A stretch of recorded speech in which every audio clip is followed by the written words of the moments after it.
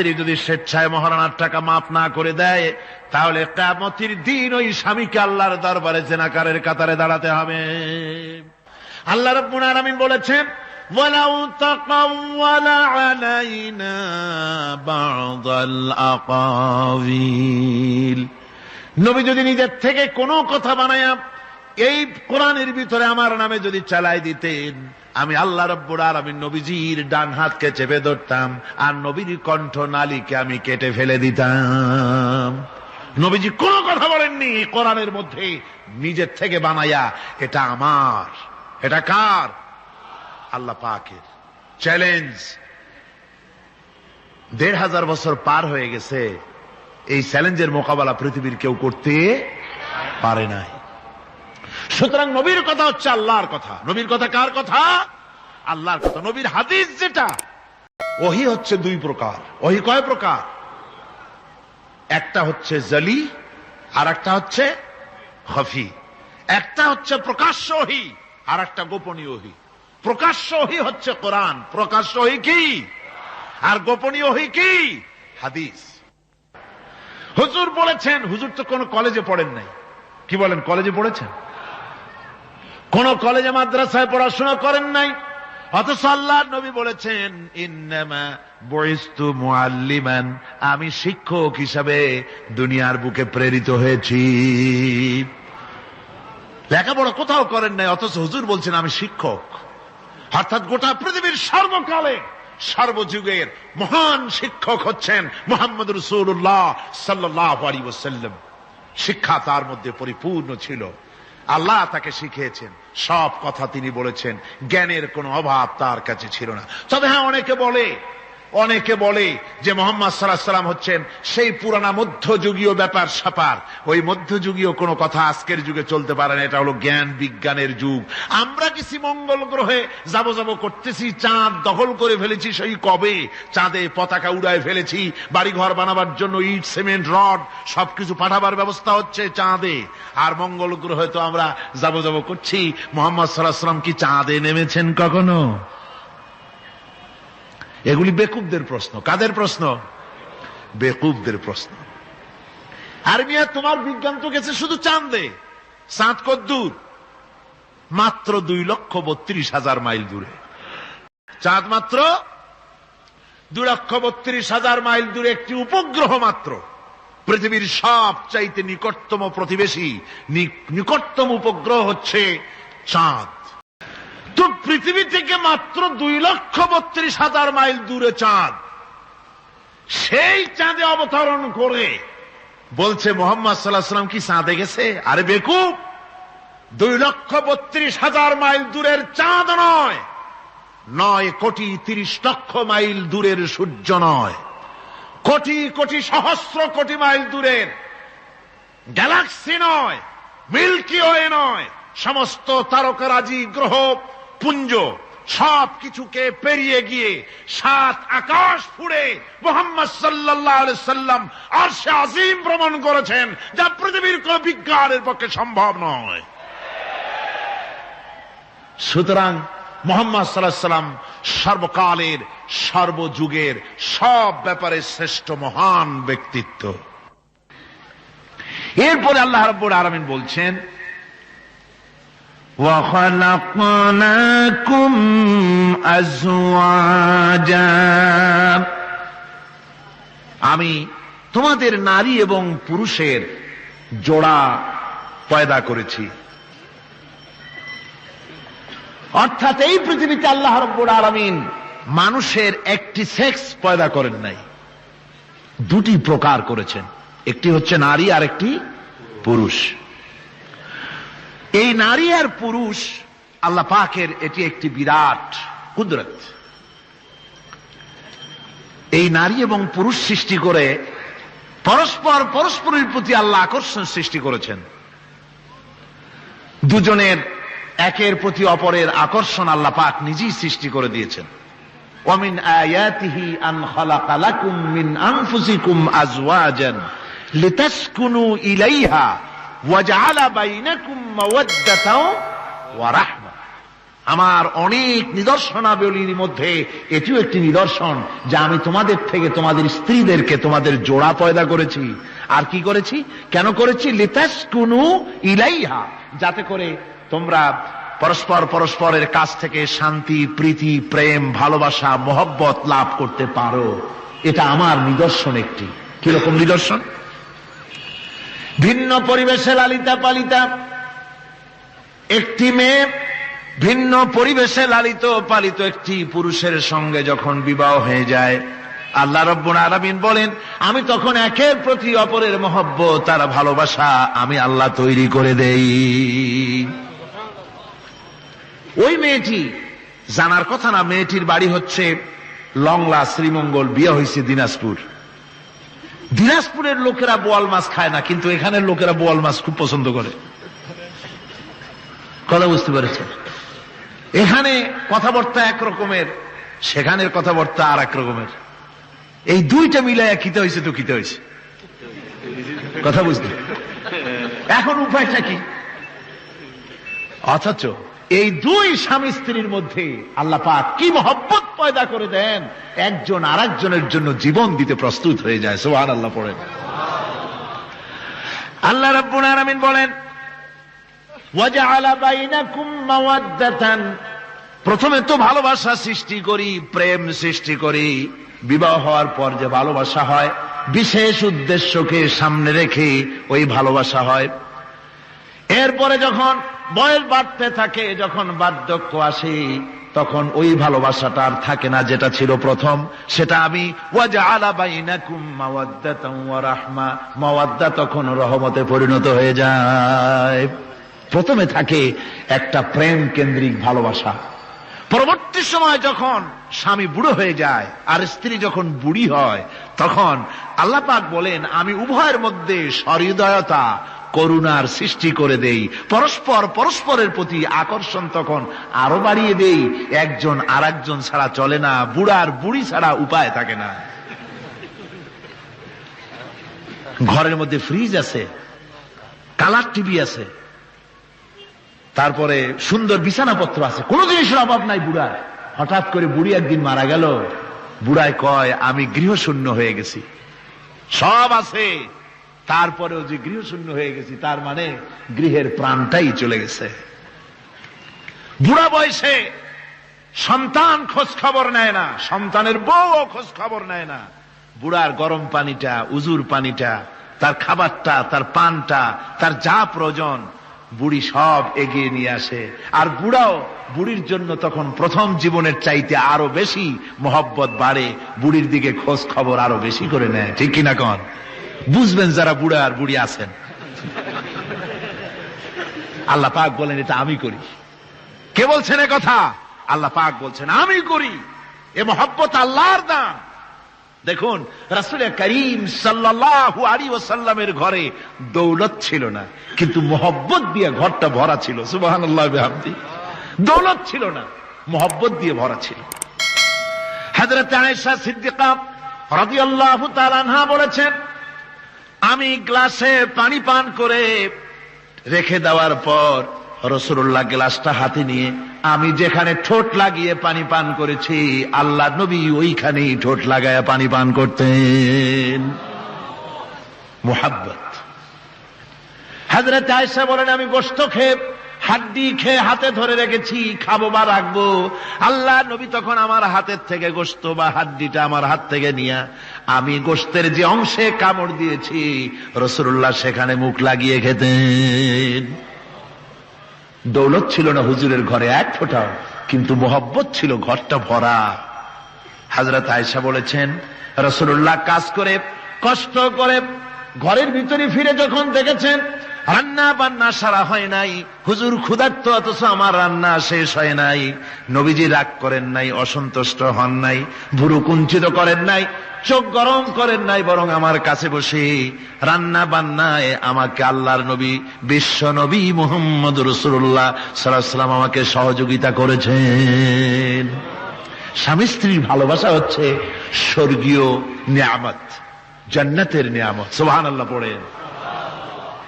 যেই ঘরে স্বামী আর স্ত্রীর মধ্যে সাপ আর বেজির সম্পর্ক, দাঁড় কুমড়োর সম্পর্ক।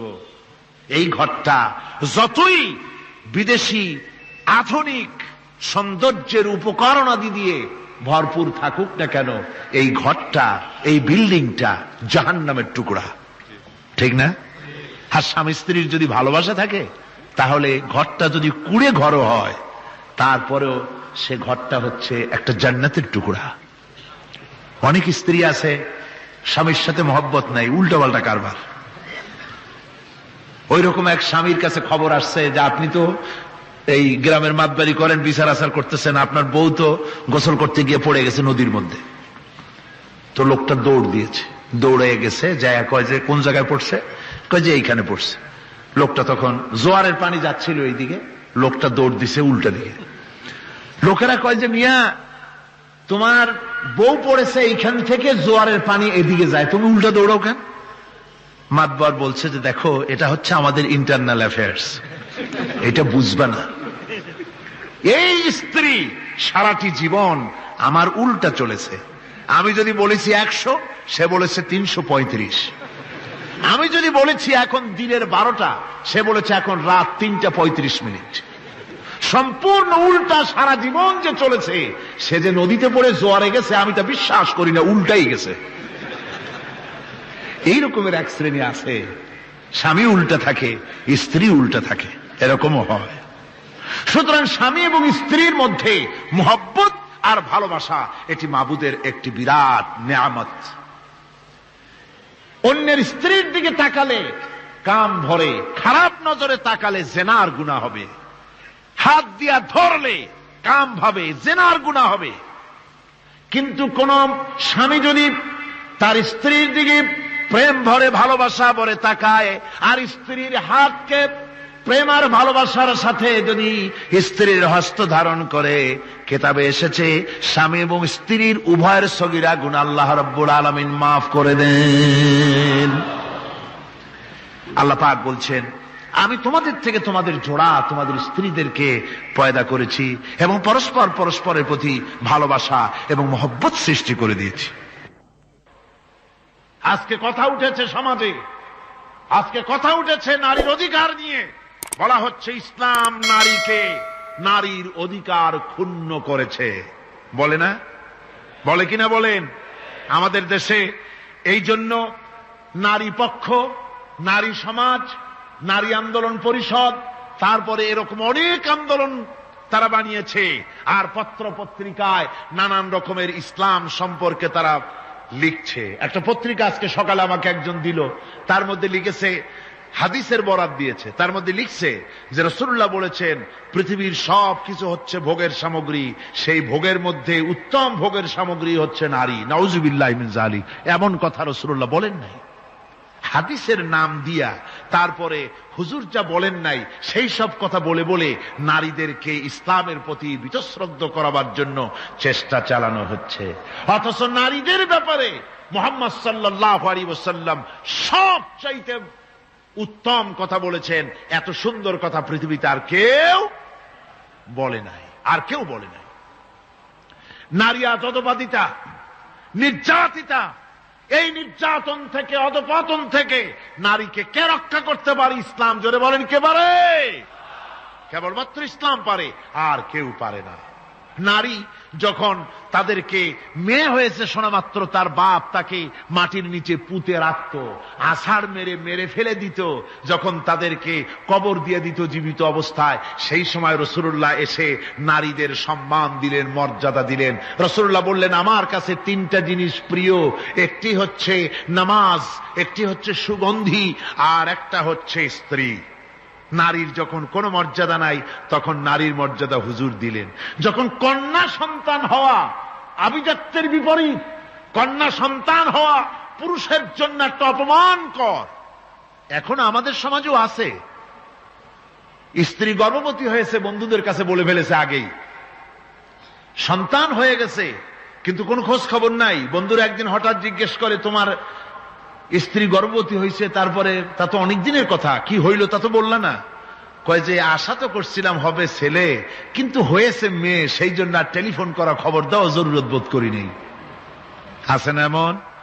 আছে। আবার বারবার মেয়ে হয় বলে আমাদের দেশে তালাকের ঘটনা পর্যন্ত আছে। বারবার মেয়ে হয়, ছেলে হয় না মোটেও, তালাক দিয়ে দেয়। আচ্ছা, ওই মেয়েটারই, ওই স্ত্রীরই যদি এখানে হাত থাকে ছেলে বা মেয়ে হওয়ার ব্যাপারে, মানুষের যদি হাত থাকে, তাহলে দায়ী শুধু স্ত্রী হতে যাবে কেন? পুরুষ তুমিও তো দায়ী তাহলে।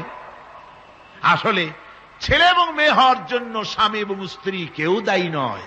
ব্যাপারটি আল্লাহ। ব্যাপারটি কার? আল্লাহ রাব্বুল আলামিন বলেছেন, আমি যাকে খুশি কন্যা দান করি, যাকে খুশি শুধু ছেলে দান করে, যাকে খুশি তারে ছেলেও দেই মেয়েও দেই, আর যাকে খুশি আমি কিছুই দেই না। এ সবটাই আমার হাত। সুতরাং রাসূল পাক সাল্লাল্লাহু আলাইহি ওয়াসাল্লাম বলেছেন, খবরদার মেয়েদের বাপকে, মেয়ের বাপকে গালি দিও না। বারবার মেয়ে হয় বলে অনেকে মেয়ের বাপকে গালি দেয়, তাচ্ছিল্য করে, টিটকারি করে। হুজুর বলেছেন মেয়ের বাপকে বিদ্রুপ করো না, গালি দিও না, যেহেতু আমি মুহাম্মদ সাল্লাল্লাহু আলাইহি ওয়াসাল্লাম মেয়েদের বাপ। রাসূল পাক সাল্লাল্লাহু আলাইহি ওয়াসাল্লাম বলেছেন, যে ঘরে একটা কন্যা সন্তান জন্মগ্রহণ করে, যে ঘরের ভিতরে একটি কন্যা সন্তান জন্মগ্রহণ করে, ওই ঘরের ভিতরে আল্লাহ রাব্বুল আলামিনের রহমতের ফেরেশতা ঢুকে সালাম দেয় আর বলে, আসসালামু আলাইকুম ইয়া আহলাল বাইত, হে ঘরের মালিকেরা, তোমাদের উপরে আল্লাহর রহমত বর্ষিত হোক। রহমতের ফেরেশতারা ঘরের ভিতরে প্রবেশ করে কন্যা সন্তানটির মাথার উপরে হাত বুলায় আর বলতে থাকে, এই দুর্বল দেহ একটি দুর্বল দেহের ভেতর থেকে বেরিয়ে এসেছে। এই কন্যা সন্তানটিকে যে লালন পালন করবে, আল্লাহ রাব্বুল আলামিন তাকে শান্তিতে রাখবেন। রাসূল পাক সাল্লাল্লাহু আলাইহি ওয়াসাল্লামের কাছে একজন এসে বলছে, ইয়া রাসূলুল্লাহ, আমার এক মেয়ে। হুজুর কয়, তোমার এক বেহেশত। আর একজন বলল, হুজুর আমার দুই মেয়ে। কয়, তোমার দুই বেহেশত। এরকম হাদিস আছে নাকি যে একজনে বললো আমার এক ছেলে, আর হুজুর বলছে তোমার এক বেহেশত? আছে এমন? সুতরাং মেয়েকে কি মর্যাদা দিয়েছে ইসলাম। রাসূলুল্লাহ বললেন, যার তিনটি মেয়ে আছে আর ওই তিনটি মেয়েকে আদব শিক্ষা দিয়েছে, তারবিয়াত শিক্ষা দিয়েছে, দ্বীন শিক্ষা দিয়েছে, স্নেহ করে, স্নেহ দিয়ে লালন পালন করেছে, তারপরে সৎ পাত্রস্থ করেছে, ওই মেয়ের লালন পালনকারী মাতা পিতা আর আমি মুহাম্মদ সাল্লাল্লাহু আলাইহি ওয়াসাল্লাম কিয়ামতের দিন একই জান্নাতে পাশাপাশি অবস্থান করব। সুবহানাল্লাহ ওয়া বিহামদিহি। মেয়ের ব্যাপারে রাসূলুল্লাহ এত কথা বলেছেন, নারীদের ব্যাপারে এত কথা বলেছেন। হুজুর বলেছেন, তোমরা যখন সফরে যাবে, সফর থেকে আসার সময় আমরা অনেকে হাদিয়া তোহফা নিয়ে আসি, জামা কাপড়, মিষ্টি, চকলেট ইত্যাদি আমরা নিয়ে আসি, আনি না? কি বলেন, আনি না? আল্লাহর নবী বলেছেন, বাইরের থেকে, সফর থেকে, বাজার থেকে হাদিয়া তোহফা ঘরের জন্য জানবে, এনে যখন তোমরা তা দেওয়া শুরু করবে, সর্বপ্রথম মেয়ে থেকে দেওয়া শুরু করবে। মেয়েকে আগে দাও। হুজুর সাল্লাল্লাহু আলাইহি ওয়াসাল্লাম তার কলিজার টুকরা মেয়ে ফাতেমাকে মহব্বত করতেন, এত মহব্বত করতেন, কোন দিকে যাওয়ার আগে সকলের সঙ্গে দেখা করে শেষে দেখা করতেন হযরত ফাতেমার সঙ্গে। আবার সফর থেকে ফিরে এসে সর্বপ্রথম তিনি দেখা করতেন হযরত ফাতেমা রাদিয়াল্লাহু তাআলা আনহার সঙ্গে। একবার হযরত আলী এবং হযরত ফাতেমার মধ্যে মনোমালিন্য হলো, হুজুরের মুখটা মলিন হয়ে গেল, রাসূল পাকের মুখ মলিন হয়ে গেল। হুজুর সাল্লাল্লাহু আলাইহি ওয়াসাল্লাম ঘরের মধ্যে প্রবেশ করলেন, হযরত আলীর ঘরে হযরত ফাতেমা এবং আলীকে এক জায়গায় বসালেন। কিছুক্ষণ পর হুজুর বেরিয়ে এলেন, হুজুরের মুখে হাসি। সাহাবায়ে কেরাম বললেন, হুজুর একটু আগে আপনার মুখ মলিন দেখেছি, এখন খুব উৎফুল্ল মনে হচ্ছে। হুজুর বলছেন, আমি তাদের মধ্যে মনোমালিন্যটা দূর করে দিয়ে এসেছি। ফাতেমা আমার কলিজার টুকরা, যে ফাতেমাকে ব্যথা দেয় সে আমি মুহাম্মদ সাল্লাল্লাহু আলাইহি ওয়াসাল্লামকে ব্যথা দেয়। রাসূল পাক সাল্লাল্লাহু আলাইহি ওয়াসাল্লাম কন্যাদেরকে এভাবে মর্যাদার কথা বলেছেন। এই কন্যা আস্তে আস্তে যখন বড় হয়ে যায়, যখন বধূ হয়, বধূ হিসেবে তার মর্যাদা ইসলাম কতখানি দিয়েছে, রাসূল পাক সাল্লাল্লাহু আলাইহি ওয়াসাল্লাম কতখানি দিয়েছেন আপনারা লক্ষ্য করেন। হাদিস শরীফ পড়া নাই, জানা নাই বলে আজকে এক শ্রেণীর নারীরা তারা কমিউনিস্টদের খপ্পরে পড়ে, সমাজতন্ত্রের খপ্পরে পড়ে, নাস্তিকদের খপ্পরে পড়ে গোটা মহিলা সমাজকে চেষ্টা করতেছে ইসলাম থেকে দূরে সরাবার জন্য। ঠিক কিনা কও? হযরত আয়েশা বলেছেন, আমি যখন ঘরে কাজ করতেছি, হুজুর বাইরের থেকে এসে দেখেছেন আমার রান্না করতে দেরি আছে, খাবার দাবার এখনো রেডি হয় নাই, হুজুর ক্ষুধার্ত, কিন্তু হুজুর ভুরু কুঞ্চিত করেননি, হুজুর বিরক্ত হননি, হুজুর আমাকে গালমন্দ করেননি, আমার কাছে বসে তিনি আমার রান্নার সহযোগিতা করেছেন। সুবহানাল্লাহি ওয়া বিহামদিহি, জোরে বলেন সুবহানাল্লাহি ওয়া বিহামদিহি। ভাইরা আমার, হযরতে আয়েশা সিদ্দিকা রাদিয়াল্লাহু তাআলা আনহা বয়সে কম ছিলেন অন্যদের চাইতে। বিশ্বনবী সমস্ত রাজকার্য, রাষ্ট্রীয় কার্য, নবুয়তের দায়িত্ব পালন করে স্ত্রীর হক আদায় করতে ভুলে যাননি। আধো আধো জ্যোৎস্না প্লাবিত রাত রাসূলুল্লাহ হযরত আয়েশাকে বলছেন, চলো আমরা একটু পায়চারি করে আসি বাইরের থেকে। ঘুরতে ঘুরতে হুজুর বলছেন, দেখো তো ওই যে দূরে দেখা যায় একটা জিনিস, চলো আমরা দৌড় দেই, দেখি কে আগে ওই জায়গায় পৌঁছতে পারে। দুজনে মিলে দৌড় দিলেন। হযরত আয়েশা বললেন, আমি হুজুরকে পেছনে ফেলে দ্রুত গতিতে আমি দৌড়ে লক্ষ্যবস্তুর কাছে চলে গেলাম। হুজুর সাল্লাল্লাহু আলাইহি ওয়াসাল্লাম যখন ধীরে সুস্থে আমার কাছে এলেন, আমি বললাম, দেখছেন আপনি কিন্তু আমার সাথে দৌড়ে পারেন নাই।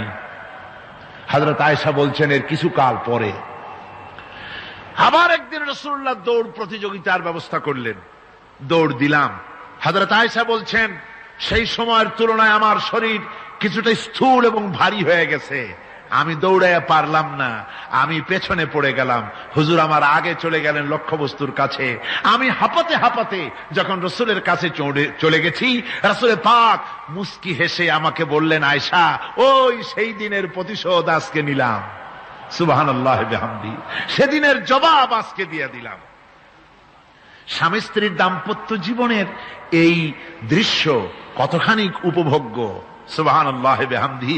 এই জন্য স্বামী স্ত্রীর ভিতরে যে মুহাব্বত, এটা বেহেশতি অবদান, এটা জান্নাতের অবদান, এটা আল্লাহর নিয়ামত। এটা কি ধরে কোন আল্লাহর নিয়ামত। এই নিয়ামত যে ঘরের মধ্যে আছে, সে ঘরটা বেহেশত। সে ঘরটা কি? বেহেশত। আর আপনার ঘরের মধ্যে রেডিও আছে, টিভি আছে, ফ্রিজ আছে, ডিসি আছে, এসি আছে, কত কিছু আছে, কিন্তু স্বামী স্ত্রীর মধ্যে সাপে আর বেজির সম্পর্ক, দাঁড় কুমড়ার সম্পর্ক, এই ঘরটা জাহান্নামের শামিল। আছে না এক পদের স্ত্রী, স্বামীও আছে এরকম এক পদের স্বামী আছে, সমানে পিটায় মেয়ে লোক, পিটাইতেই থাকে।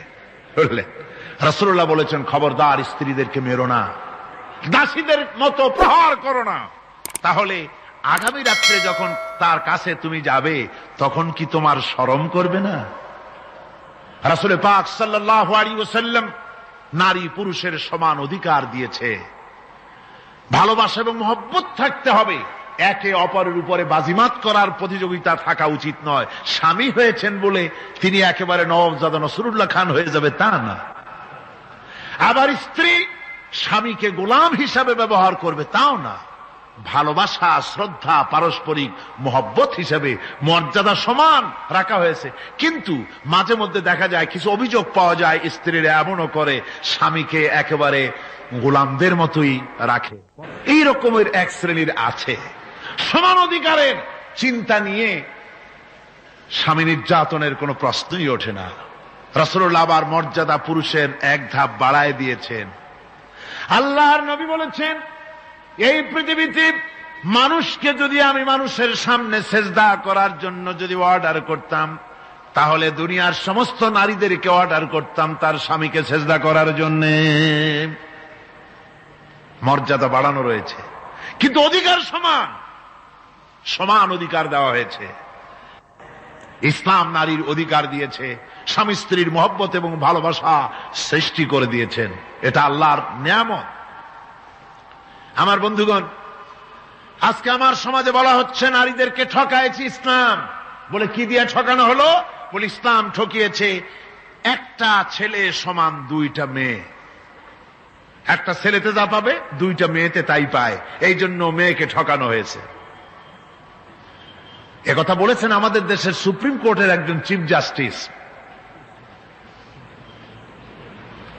অবসরপ্রাপ্ত, নাম নেব না আমি। তো আমরা এটা শোনার পরে বললাম যে বাংলাদেশ পৃথিবীর দ্বিতীয় বৃহত্তম মুসলিম দেশ, এই দেশের সুপ্রিম কোর্টের চিফ জাস্টিস হয়ে কোরআন সম্পর্কে জ্ঞান এত নগণ্য, এত কম, এত পুর। তার জ্ঞানের এই বহর দেখে আমাদের শুধু করুণাই হয়। কোরআনে কারীমের এক জায়গায় তিনি দেখেছেন এক ছেলে সমান 2 মেয়ে, কিন্তু মেয়েকে যে আরো অনেক জায়গা থেকে দেওয়া হয় তা কি লক্ষ্য করো নাই? ছেলে তো এক জায়গায় পিতার কাছ থেকে বোনের ডাবল পেল, বোনের তুলনায় বেশি পেল এক জায়গায়, কিন্তু বোনকে মেয়েকে অনেক জায়গা থেকে আল্লাহ দেওয়ার ব্যবস্থা করেছেন।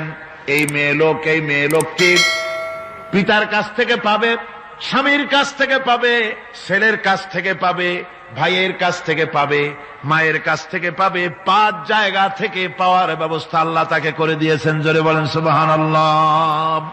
5 জায়গা থেকে তার পাওয়ার ব্যবস্থা আছে। এক জায়গায় একটু ছেলেকে বেশি দিয়েছে, দেখেই তার চোখ কাড়া হয়ে গেছে। আল্লাহর উপরে কমেন্ট করতেছে, নাউযুবিল্লাহি মিন যালিক। নারীকে ইসলাম সবচাইতে বেশি অধিকার দিয়ে তাকে প্রতিষ্ঠিত করেছে, সবচাইতে বেশি অধিকার তার। সব জায়গায় তাকে প্রতিষ্ঠিত করা হয়েছে। নারীদেরকে